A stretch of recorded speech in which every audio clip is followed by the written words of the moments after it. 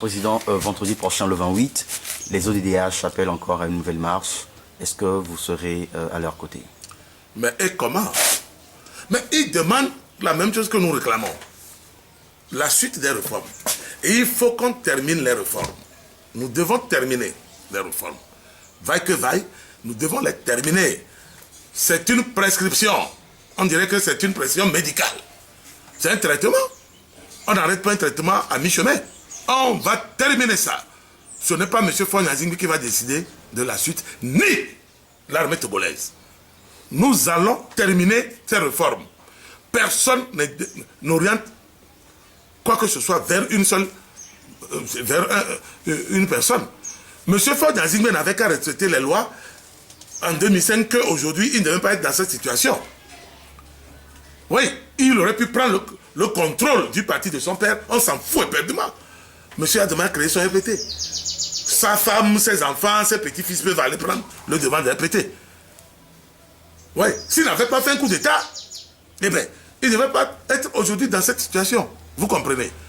Mais oui, le passé de tout chacun le rattrapera. Aujourd'hui, hein, il n'a qu'à enlever de sa tête qui va rester au pouvoir par la force. C'est faux. Alors, nous là, ils peuvent nous tuer. Comme les plans existent de nous éliminer physiquement.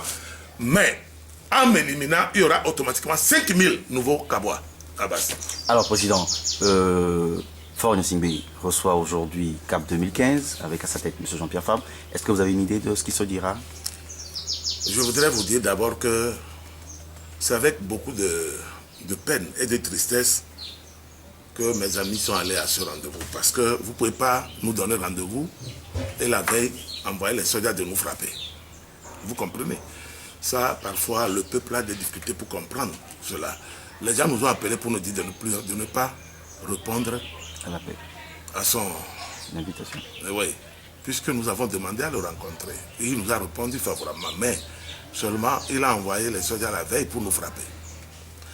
Vous savez que hier, pour ceux qui connaissent bien l'itinéraire, au niveau de Togo cellulaire, il suffisait seulement qu'on place 2 chars de gendarmerie, je précise bien, 2 chars de gendarmerie pour bloquer que nous continuions tout droit sur le monument, le monument aux morts, hein, au carrefour du ministère des Affaires étrangères et du ministère du Commerce, que nous tous, on allait évoluer tout droit en passant devant S3G et en débouchant peut-être vers la plage. Ça aussi, puisqu'on est déjà lancé, il va falloir qu'on dise quelque chose à un moment donné à nos militants, à tout le peuple togolais qui s'est levé comme un seul homme pour nous suivre sans que nous on donne même 50 francs, même Pierre, on n'a pas donné. Vous avez vu le monde? Eh bien, dis donc, vous avez vu le monde? Faure Gnassingbé doit se rendre à l'évidence qu'il y a quelque chose qui se passe. Vous comprenez? Mais il suffisait simplement, nous ne sommes pas des spécialistes, des écrivains, mais regardez ce que je viens vous dire, de vous dire avec le plus grand calme. Oui, vous comprenez. Mais à la place de cela, les gens se sont inscrits déjà dans l'affrontement, dans la terrorisation, dans l'intimidation systématique et à outrance. Non, ça ne marchera pas. La semaine prochaine, nous serons avec les ODDH. Ce rendez-vous également, nous prions que Dieu mette, c'est dans quelques minutes là, c'est à 11h pile, heure du Togo. Nous prions que Dieu envoie la sagesse sur la langue de Faure Gnassingbé pour que ce qu'il va tourner pour sortir là soit positif. Je dis bien que Dieu l'inspire sérieusement pour que sa langue là, quand il va ouvrir pour parler, ça soit ce qui doit venir d'un responsable qui a pitié pour les peines de son pays, de son peuple. Il est en haut, il ne voit plus rien en bas. Les Maybach, les Suburban américains DMC, les ceci, les cela, la jouissance. Non, non. Le Togo est un chantier. Le Togo est un chantier. Vous savez, le Togo est un chantier. Il y a beaucoup de choses qui m'attristent. Quand je sais qu'il y a des Blancs qui sont payés au Togo ici, comme intendant ou cuisinier, mais je dis, mais non, attendez, on va où? On n'est pas assis encore pour se permettre ce genre de luxe. C'est ce que j'appelle le luxe insolent. Et ça, c'est la tricherie. Quelqu'un qui a souffert ne réagit pas comme ça. Quelqu'un qui a souffert là, il ne réagit pas comme ça. Ce n'est pas un champ. C'est pas un champ. Si aujourd'hui des gens contestent M. Faure Gnassingbé, il doit savoir qu'il y a un problème. Il est contesté jusqu'à chez lui, à Pia. Il est contesté, je dis bien, jusqu'à chez lui, à Pia. Nous faisons de la politique, hein. Nous sommes partout sur le terrain. Nous sommes partout sur le terrain. Nous savons ce qui se passe. Que Dieu l'inspire pour que ce qu'il sortira. Parce que quand nous allons sortir de l'audience, nous allons rencontrer la presse. Il faut dire à la presse qu'est-ce qu'il nous a dit.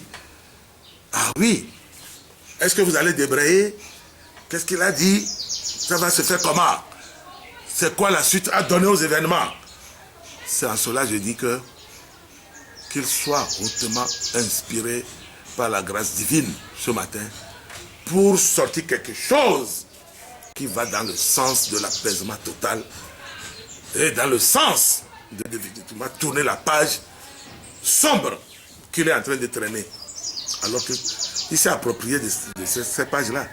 Il va être seul à en assumer les conséquences demain s'il advienne que,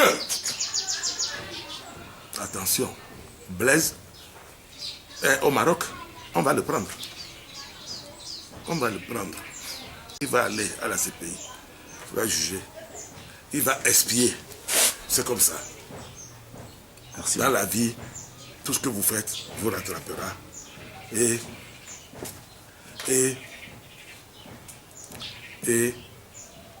le moment venu, chacun portera sa croix. Je vous remercie. Merci beaucoup, Président.